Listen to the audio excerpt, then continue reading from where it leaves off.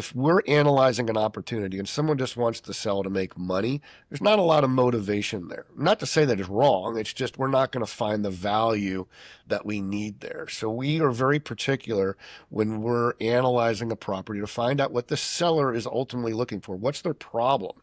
Can we solve that problem for? It might simply be that the property is just too much for them to handle. And if we can take that property off and maybe even include them in on the cash flow as a limited partner with a non-equity position through a seller financing opportunity, then they can still receive the cash flow that they were expecting because they might be in retirement, they might be divesting out, and they just want to dump out the money. Like, hey, I want $5 million for the property. And I'll say, well, what are you going to do with $5 million or $2 million that you can't do with less? Do you really need all of that? There's tax consequences. There's all kinds of things. You want to leave a legacy.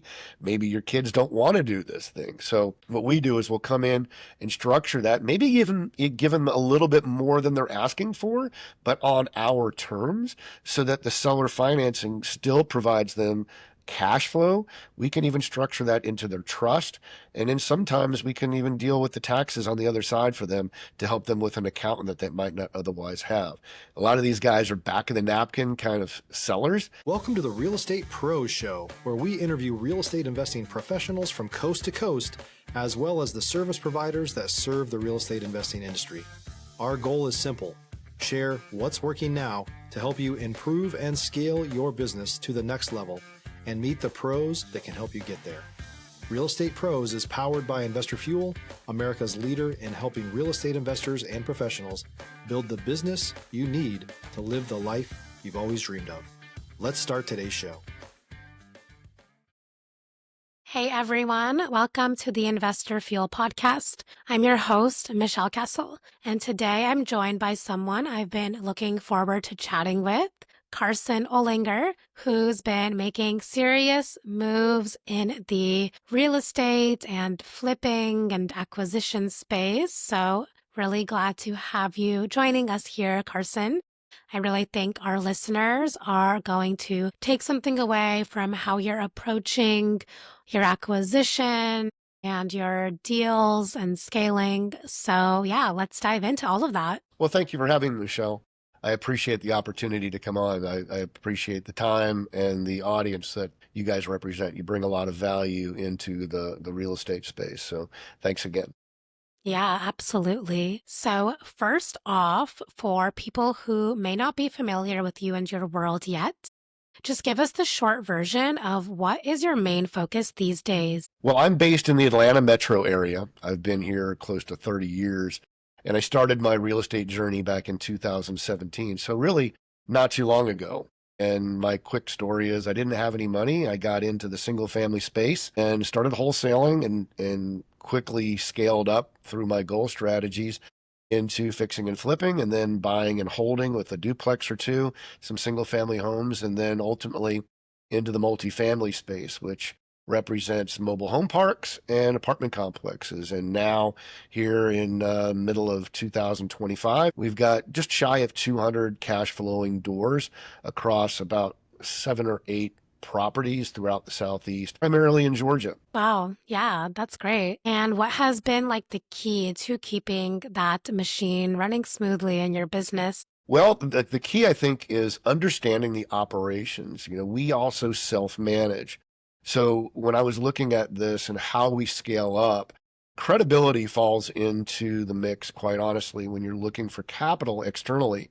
People want to know that you're not just some guy that's flipping a house. You're a guy that's actually embedded in the operations. You know the mechanics financially of the deal. And we self-operate. So I run all the operations as well as own the company. And I took one person on, now I got 2, now I got 3, and they run the day-to-day operations, which also allows us to keep our pulse on the expenditures associated with operations, and we can do that quite effectively. So when we go to solicit capital from our limited partners to try and scale into a larger acquisition, we can do so not only from an advantage of being able to self-manage. Stop living on an island and join the #1 mastermind in America for professional real estate investors. Investor Fuel is a community of hundreds of the nation's top investors working together to build stronger businesses and better lives. In addition to the amazing community of real estate investors acting as a board of advisors for one another, Investor Fuel members have access to 100% funding on purchase and repairs for our members only, a health insurance program, and benefits and discounts that more than pays for the membership of most of our members, meaning it's actually costing you money to not be a member of Investor Fuel. If you're looking to scale your business and build a business that allows you to live the life of your dreams, please visit investorfuel.com today and book a call with our team. But also represent to our limited partners the ability to understand what's going on. It's not some third-party group that we hope is doing it right. We understand what it takes and where the profit centers are and what to watch out for. So our operations has been more or less the focus on our growth, because it allows us to not only represent credibility externally, but also understand the exact workings of each operation, whether it's a wholesale deal, a fix and flip on a single family, or the day-to-day operations of a 90-unit mobile home park or an apartment complex. Yeah, I love that. And you mentioned like the acquisition process. Can you share more about how that works for you? I know when we talked a little bit before, you said you have a creative strategy that I think the listeners could benefit in hearing more about. Right. So we focus on value add. We look for value added opportunities, which usually means, and it translates to, a property that's somewhat in distress. It might need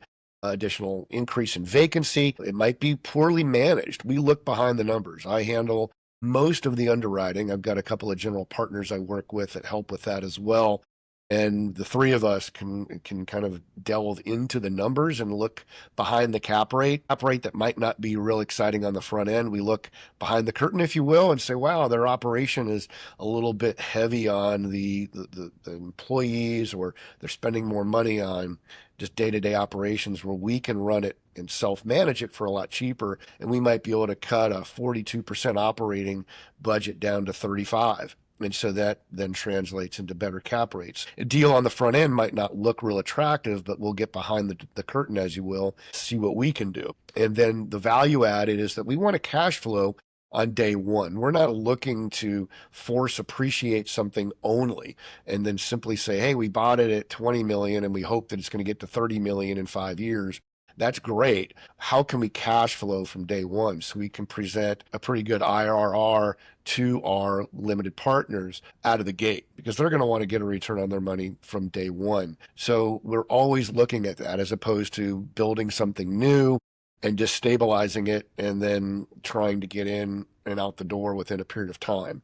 I think the long-term operations and the cash flow is critical to weathering the storms that we're going to ultimately face.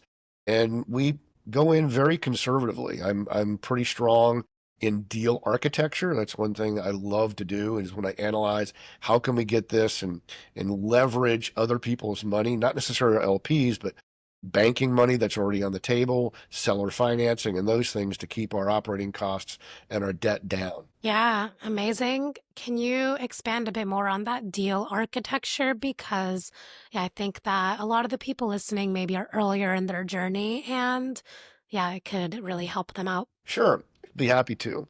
I always focus on motivation. If we're analyzing an opportunity and someone just wants to sell to make money, there's not a lot of motivation there. Not to say that it's wrong, it's just we're not going to find the value that we need there. So we are very particular when we're analyzing a property to find out what the seller is ultimately looking for. What's their problem?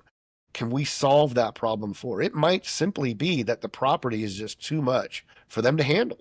And if we can take that property off and maybe even include them in on the cash flow as a limited partner with a non-equity position through a seller financing opportunity, then they can still receive the cash flow that they were expecting, because they might be in retirement, they might be divesting out, and they just want to dump out the money. Like, hey, I want $5 million for the property. And I'll say, well, what are you going to do with $5 million or $2 million that you can't do with less? If you're looking for consistent, high-quality leads, look no further than Investor Machine. Investor Machine isn't just another agency. It's the most sophisticated, data-driven lead generation company on the planet for real estate investors. and serves the role of being not just a lead generator for your business, but a marketing partner that is helping you achieve your goals along the way. Go to investormachine.com to learn more and schedule a call with our team today.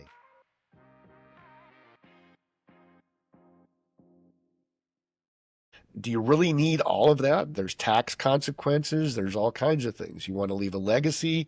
Maybe your kids don't want to do this thing. So what we do is we'll come in and structure that, maybe even give them a little bit more than they're asking for, but on our terms, so that the seller financing still provides them cash flow.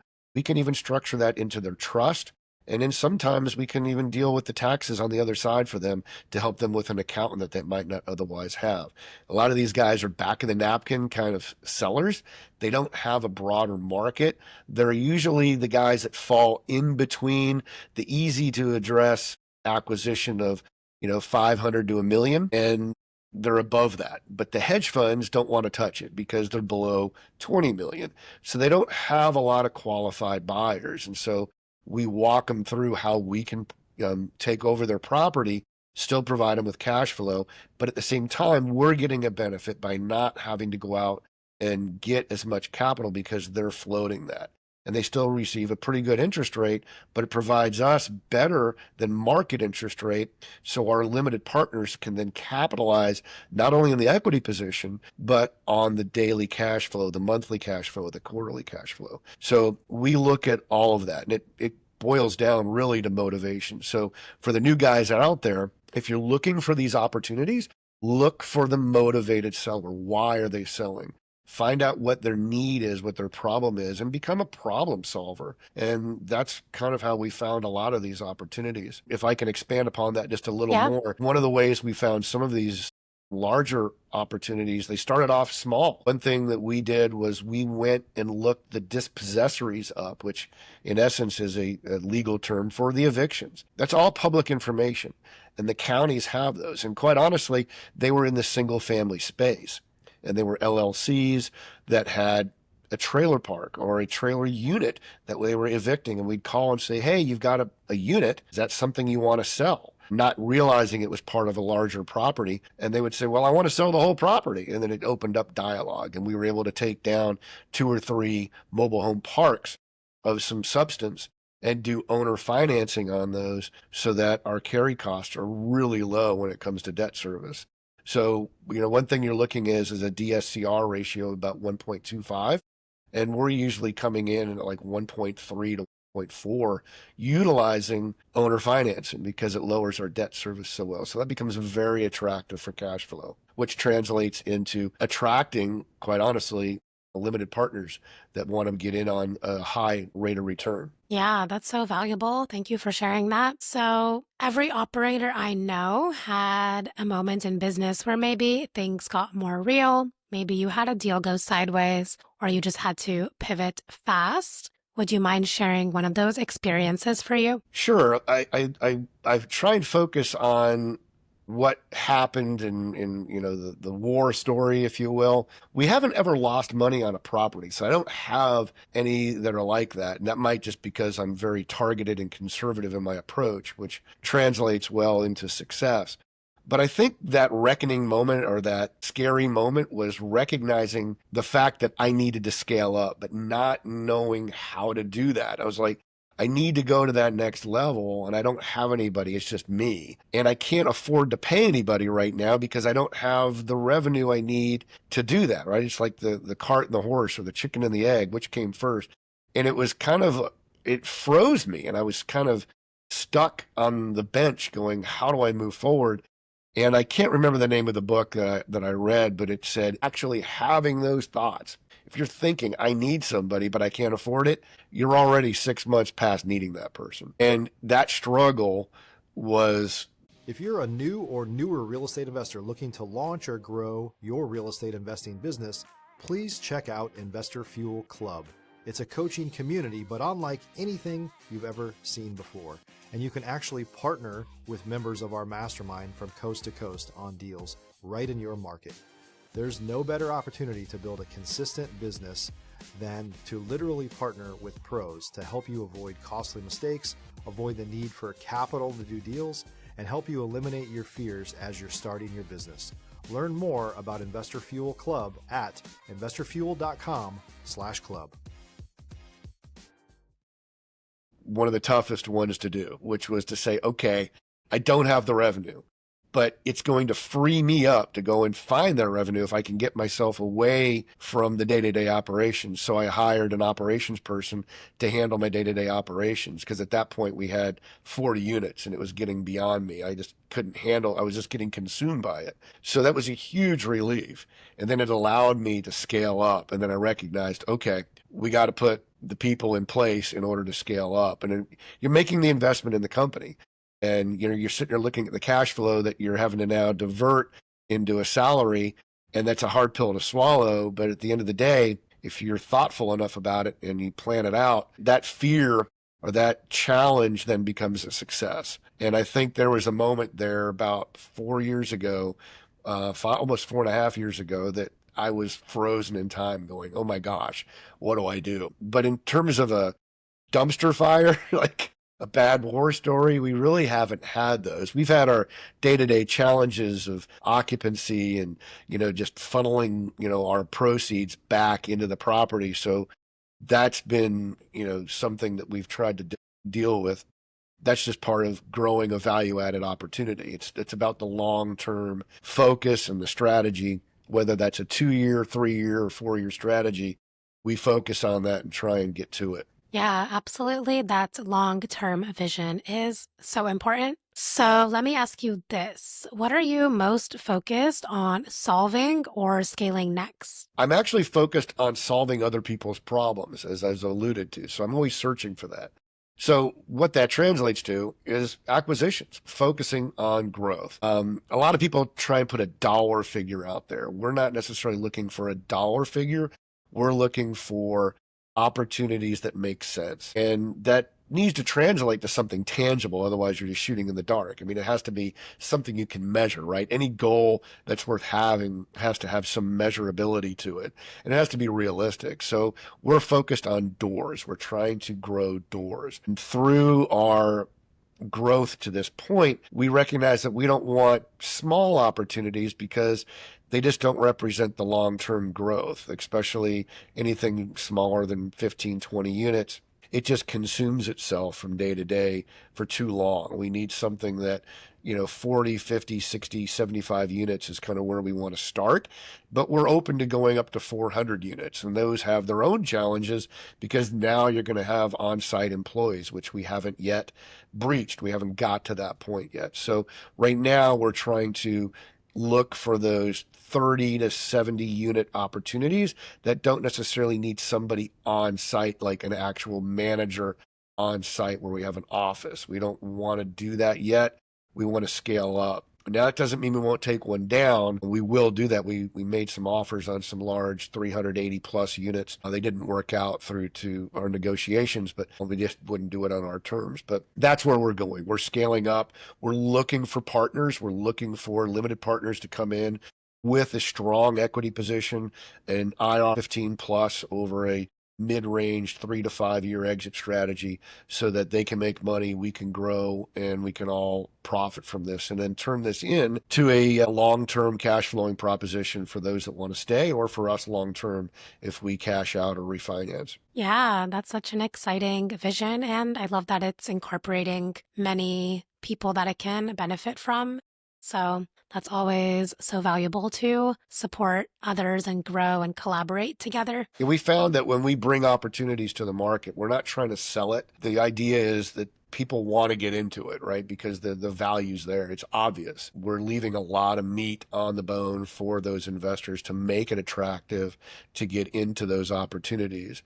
And we're willing to sacrifice some of that equity because we're either going to do one of two things. We're either going to refinance at some point to get those limited partners the returns that we promised at the time frames that we suggested, or we're going to sell the property and 1039 it to another acquisition. So the exit strategy is there. It's just a matter of what we're going to do with it. Do we want to hold on to it long term and provide that limited partner with what he wants in that time frame, or does he want to stay in it, or even she want to stay in it for a longer period of time as a general partner?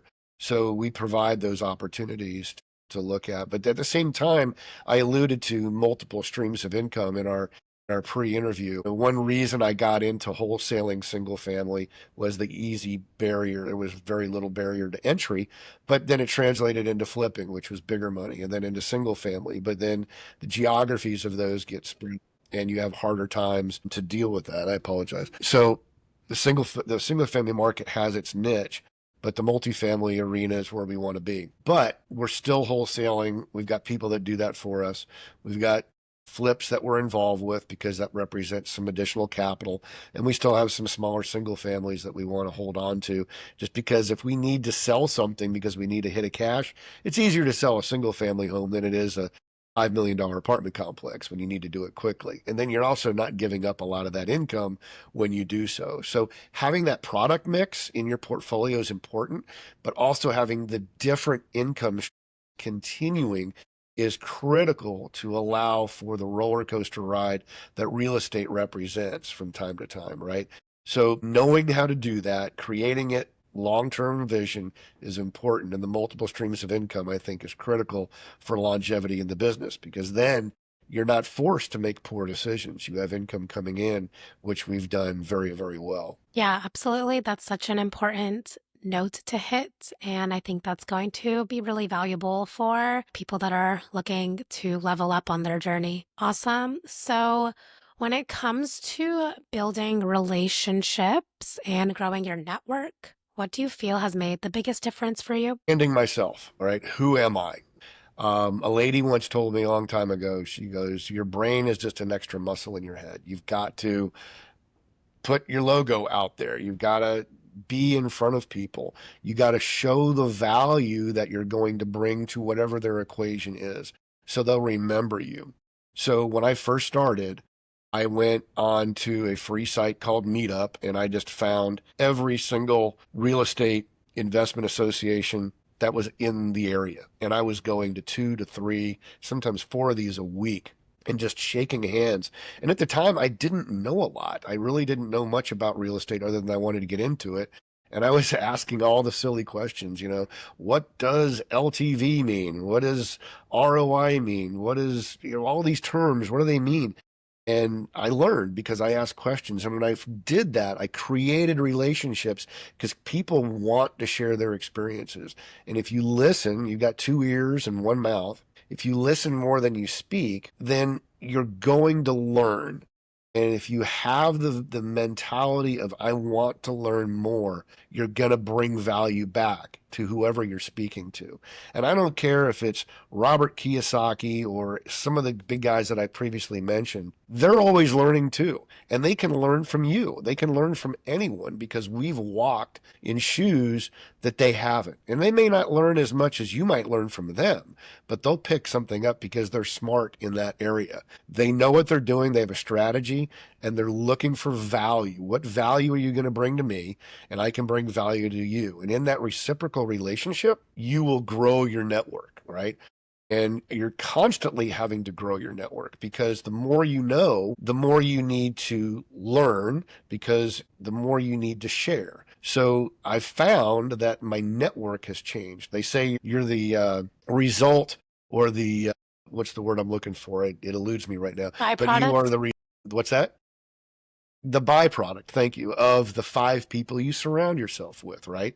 So you evolve from your high school relationships to your college relationships to your business relationships, and then you start learning more about what you need because you identify your weaknesses and you seek that out. And your 5 people that you surround yourself with continually grows, because what you find is they challenge you, right?